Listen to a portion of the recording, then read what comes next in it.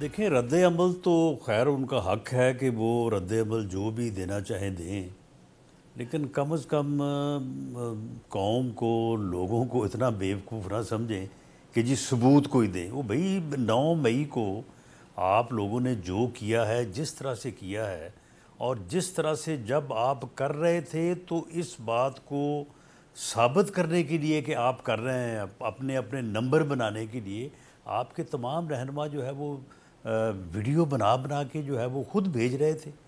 تو اس میں تو خیر کوئی دوسری رائے یا دوسری بات نہیں ہو سکتی کہ 9 مئی کو جو ہوا وہ پی ٹی آئی نے ایک پلاننگ کے ساتھ اور ایک پیش بندی کے ساتھ طے کر کے جو ہے وہ انہوں نے کیا، اور انہوں نے بالکل ریاست پہ حملہ کیا، دفاعی ادارے پہ حملہ کیا۔ اب اس میں یہ ہے کہ پروسیکیوشن جو ہے وہ بالعموم جنرلی ہمارے ملک میں جس طرح سے ہے کیس کئی سالوں لٹکتے ہیں، اور لٹکتے لٹکتے جو ہے وہ پھر جو ہے وہ کئی دفعہ بہت سارے جو پروفس اور ثبوت ہوتے ہیں وہ جو ہے وہ پوری طرح سے اپنے آپ کو ثابت نہیں کر سکتے، اور لوگوں کو ریلیف مل جاتا ہے۔ تو معاملہ یہ ہے کہ وہ ایک جگہ اپنی جگہ پہ ہے، لیکن 9 مئی کے حوالے سے پی ٹی آئی کا خود کو بے گناہ ڈکلیئر کرنا اور پھر دوسری باتیں کرنا، یہ بالکل جو ہے وہ ایسے ہی ہے کہ جیسے کوئی جو ہے وہ اپنے منہ سے دونوں اطراف جو ہے وہ بات کرنے کی کوشش کرے۔ پی ٹی آئی کو اب چاہیے کہ یہ تسلیم کرے کہ جی ہم نے یہ کیا ہے، اور ہم نے اس کو جائز سمجھ کے کیا ہے یا ہم جائز سمجھتے ہیں، آگے پھر ٹھیک ہے جو بھی اس کے جو ہے وہ کنسیکوینسز ہوں۔ رانا صاحب، لیکن اس ساری چیز کے اندر بھی آپ نے بھی فرمایا پروسیکیوشن کے حوالے سے، آپ نے کہا کہ پاکستان کے اندر پروسیکیوشن کا جو حال ہے، بالکل یہی گلہ جو ہے وہ پاکستان تحریک انصاف بھی رو رہی ہے کہ جناب پروسیکیوشن کا حال دیکھیے، ہمارے لوگوں کو گرفتار کیا گیا ہے، 1 سال ہونے کو آیا ہے لیکن ابھی تک ان کو چھوڑا نہیں جا رہا۔ تو بہتر طریقہ نہیں ہے کہ آپس میں بیٹھ کے کوئی ایسا حل نکالا جائے جو اس پورے معاملے کی صحیح طرح تحقیقات کرے، اور اس کے بعد دودھ کا دودھ اور پانی کا پانی ہو کہ کون ذمہ دار تھا اس کا؟ دیکھیں منصور علی خان صاحب، یہ ملک جو ہے وہ پچھلے 10 سال سے اسی بات جو آپ نے کی ہے کہ بیٹھ کے حل نکالیں، جو ہے وہ اس کی وجہ سے جو ہے نا یہ ملک اس حال کو پہنچ گیا ہے جس حال میں جو ہے وہ معاشی طور پہ بھی جو صورتحال ہے وہ آپ کے سامنے ہے، اور سیاسی طور پہ بھی جو ہے وہ صورتحال آپ کے سامنے ہے۔ اور اس کا ذمہ دار کون ہے؟ ایک آدمی جو بانی پی ٹی آئی ہے، ایک گروہ، ایک ٹولہ جو اس ملک میں فتنہ چاہتا ہے، افراتفری چاہتا ہے، انتشار چاہتا ہے، اور اس کا بنیادی ایجنڈا یہ ہے کہ میں کسی کے ساتھ بات نہیں کروں گا، میں کسی کے ساتھ جو ہے وہ بیٹھوں گا نہیں، میں کسی کو جو ہے وہ چھوڑوں گا نہیں۔ اب میں تو پچھلے 2 سال سے یہ کہتا رہا ہوں کہ اس آدمی کا جو ایجنڈا ہے، اس کی جو صورتحال ہے، جو میں نے اس کو ڈے ٹو ڈے تقریباً 16 مہینے جو ہے اس کو ڈیل بھی کیا ہے، اس کو پرکھا بھی ہے، اس کو اینالائز بھی کیا ہے، یہ آدمی جو ہے اس قوم کو، اس ملک کو کسی حادثے سے دوچار کر دے گا، اور یا اس کا وجود جو ہے سیاسی وجود وہ رہے گا، تو یا پھر جو ہے وہ باقی سیاستدان، سیاسی جماعتیں یا اس ملک کا پارلیمانی جمہوری سسٹم رہے گا، دونوں چیزیں جو ہیں وہ نہیں رہ سکتی۔ اور اب اس نے 9 مئی کو اپنی پارٹی کو حادثے سے دوچار کیا تھا، اور اب جو اس ملک کے ساتھ یہ کرنا چاہتا ہے، میرا خیال ہے کہ یہ بات شاید کوئی اتنی دور نہیں ہے، اب یہ معاملہ اب نزدیک جو ہے وہ پہنچا ہوا ہے۔ باقی اس کا پھر جو رزلٹ ہے وہ تو اللہ بہتر جانتا ہے تھوڑا سا کہ کس طرف نکلے گا یا کس کروٹ یہ اونٹ بیٹھے گا۔ تھوڑا سا رانا صاحب تھوڑی سی مزید روشنی ڈالیں اس بات کا، کیا مطلب کہ بات قریب پہنچی ہوئی ہے، آپ کا کیا مطلب تھا اس بات کا؟